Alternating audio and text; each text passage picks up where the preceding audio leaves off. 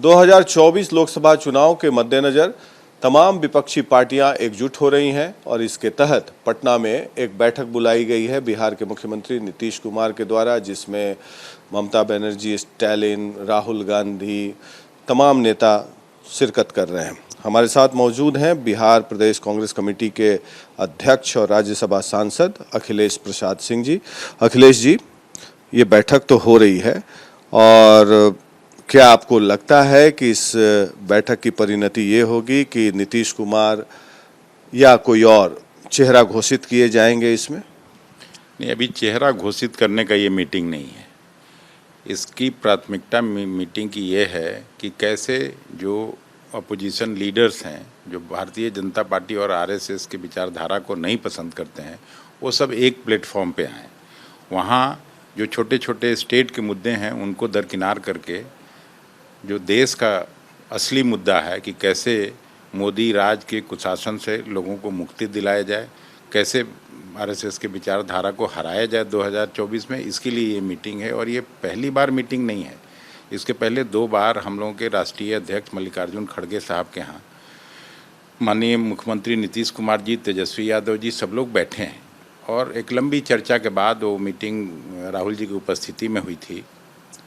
ये मीटिंग बिहार में हो रहा है।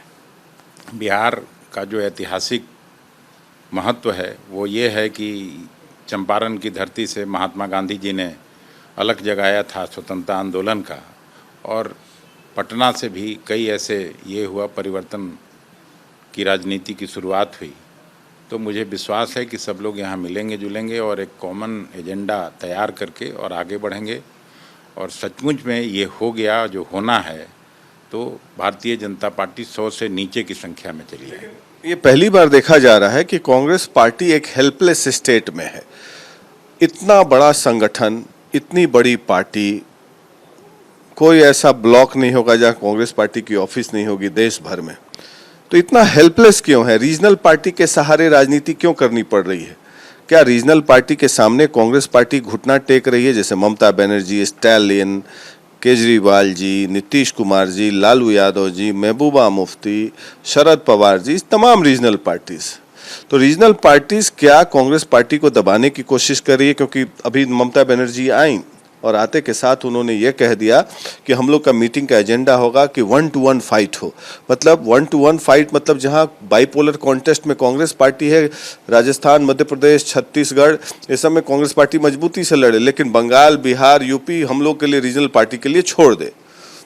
ममता जी का क्या बैकग्राउंड है? ममता जी भी तो कांग्रेस परिवार की हैं। कांग्रेस से ही राजनीति की शुरुआत हुई, यहीं से उनकी पहचान बड़ी हुई, यहीं से बड़ी पहचान मिली।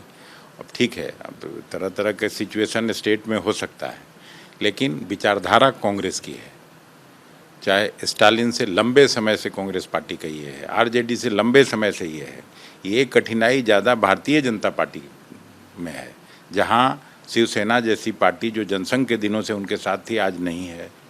अकाली दल जैसा प्रकाश सिंह बादल जी की पार्टी आज उनके साथ नहीं है, या 2 दशक से ज़्यादा नीतीश कुमार जी भी उनके साथ रहे, वो आज नहीं है। मैं ये बात कर रहा हूँ कि सीट एडजस्टमेंट कैसे होगा? क्या आप, जैसे दिल्ली में आम आदमी पार्टी केजरीवाल जी आ रहे हैं, तो क्या दिल्ली में बीजेपी ने 7 सीट जीता पिछली बार, तो क्या आप चाहेंगे कि वहां भी आपको चुनाव लड़ने का मौका मिले, न केवल अरविंद केजरीवाल जी को मौका मिले? देखिए, 2-2, 3-3 राज्यसभा सदस्य हैं। संजय सिंह और लोगों से भी मेरी बात होती रहती है। वो लोग तो खुद ही ऑफर करते थे कि 4-3 पर लड़ जाइए। तो इस तरह की बात तो शुरू हो चुकी है, उधर से भी इधर से भी। बंगाल, यूपी, बिहार में क्या होगा? नहीं, बंगाल में भी वही स्थिति है। बंगाल में जैसे 6 लोकसभा सीटों पर तृणमूल के लोग मानते हैं कि वहाँ आपका है प्रेजेंस, बड़ा प्रेजेंस है, उन सीटों को कंसीडर किया जा सकता है। तो अभी कोई इस निष्कर्ष पर नहीं पहुँचे हैं हम लोग, लेकिन ये छोटी मोटी बातें हैं। सीट उतना शायद महत्वपूर्ण नहीं है जितना कि अलायंस ठीक से हो जाए। अलायंस सीट होगा तभी तो अलायंस होगा। सब पार्टी का अपना अपना एम्बिशंस है। कांग्रेस नेशनल पार्टी है, कांग्रेस की सरकार रही है बिहार में। बिहार में तो सरकार रही है आपकी 90 तक। ये बात जब जो बैठ के आप सवाल यहाँ कह रहे हैं, और यहीं के नीतीश कुमार जी मुख्यमंत्री हैं, तो वो कई बार ये बयान दे चुके हैं कि कांग्रेस के बिना कुछ भी इस तरह का गठबंधन संभव नहीं है। लालू जी कई बार ऐसा बयान दे चुके हैं। तो ये जो मिल बैठ रहे हैं तो कोई न कोई फार्मूला निकलेगा और सब तय हो जाएगा। दिक्कत नहीं होगी। मुझे नहीं लगता है कोई दिक्कत होगी, आप कल देख लीजिएगा। अब आते हैं असली मुद्दा पे। कांग्रेस इतनी बड़ी पार्टी है, राहुल गांधी ने इतनी बड़ी यात्रा की पूरे देश में और कर्नाटका चुनाव में जीत भी मिली आप लोग को थंपिंग मेजॉरिटी से, सीधा रमैया जी के नेतृत्व में सरकार बनी और श्रेय जाता है राहुल गांधी की यात्रा को। तो क्या राहुल गांधी प्रधानमंत्री पद के उम्मीदवार होंगे या नहीं? नेचुरल चॉइस तो ऑपोजिशन के वही हो सकते हैं। देखिए, अभी प्राथमिकता ये है कि मोदी सरकार को पहले हटाया जाए, भारतीय जनता पार्टी के शासन से लोगों को मुक्ति मिले, उसके बाद ये तय होना है ना। तो ये तय होने में ज़्यादा देर नहीं है। 2004 में मैं लोकसभा का सदस्य बना था। मनमोहन सिंह जी कोई प्रधानमंत्री पद के उम्मीदवार उस समय नहीं थे। जब वाजपेयी जी हटे तो सब नेताओं, जो जैसे उस समय तो सीपीएम भी था, सीपीआई भी था, डीएमके था, समाजवादी पार्टी था, इनका बसपा था, सब लोगों ने समर्थन दिया था। कोई हम लोगों की मेजोरिटी की सरकार नहीं थी। कांग्रेस को 200 प्लस सीट आई। नहीं, 200 नहीं थी, 143 सीट थी, मुझे याद है आज भी अच्छी तरह से। लेकिन सब लोगों ने माना ये बात। तो ये इसमें भी 1 दर्जन से ज़्यादा ऐसे राष्ट्रीय नेता हैं जो ये इस बात को बखूबी समझते हैं। पहले ये तय हो जाए, उसके बाद लोग चुन लेंगे प्रधानमंत्री पद का उम्मीदवार। आपने जिस स्टेट का जिक्र किया, कर्नाटक में सिद्धारमैया जी को हम लोग आगे करके तो चुनाव लड़े नहीं थे, या उसके पहले 3 महीना पहले हम लोग हिमाचल में सरकार बने थे तो कोई मुख्यमंत्री पद का उम्मीदवार बना के चुनाव नहीं लड़े थे।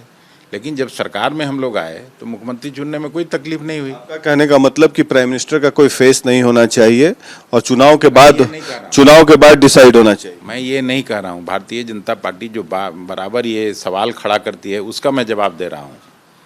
मैं ये नहीं कह रहा हूँ कि नहीं चुना जाना। अगर सब लोगों का एक मतैक्य हुआ तो उसमें भी कोई बात नहीं है। लेकिन मुझे लगता है कि इस पे अभी कोई फैसला करने की जल्दी नहीं है। तो राहुल गांधी सशक्त उम्मीदवार हो सकते हैं प्रधानमंत्री पद के लिए? हर कांग्रेसी चाहता है कि वो बने, लेकिन वो कहाँ बनना चाहते हैं। हम लोग अभी इंटरनल चुनाव हो रहा था, एक छोटा से बड़ा वर्कर कांग्रेस का नेता सभी लोग चाहते थे कि वो अध्यक्ष बने, तो वो कहाँ बन गए। और जहाँ तक प्रधानमंत्री का सवाल खड़ा किया जाता है, 2009 के बाद जब कांग्रेस सत्ता में आई थी तो उन पर भी दबाव था कांग्रेस पार्टी का कि वो बने प्रधानमंत्री, तो उन्होंने कहाँ स्वीकार किया था। तो ये कोई ज़रूरी नहीं है कि हम लोगों के चाहने से और किसी के चाहने से वो स्वीकार कर लें। राहुल जी दूसरे मिट्टी के बने हैं, वो क्या चाहते हैं अल्टीमेटली जो वो चाहते हैं वही होगा। आपको क्या लगता है कि कांग्रेस पार्टी बड़ी पार्टी है, नेचुरली सीट्स भी ज़्यादा आएंगी और रीजनल पार्टीज के कंपैरिजन में सीट्स ज़्यादा आएंगी कांग्रेस पार्टी को? आज भी है, इसमें भी। हाँ, 50-52 आप लोग लोकसभा में भी हैं, 52-53। तो जब स्थिति सुधरेगी तो नेचुरल है कि कांग्रेस पार्टी की सीटें ज़्यादा आएंगी।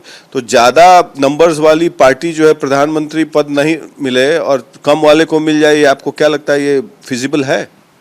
नहीं, देखिए, कुछ भी संभव है, ऐसा नहीं है कि हम लोग तो ये भी देखे हैं कि राजनीति में बहुत कम संख्या थी और देवगौड़ा जी प्राइम मिनिस्टर बने, गुजराल साहब प्रधानमंत्री बने।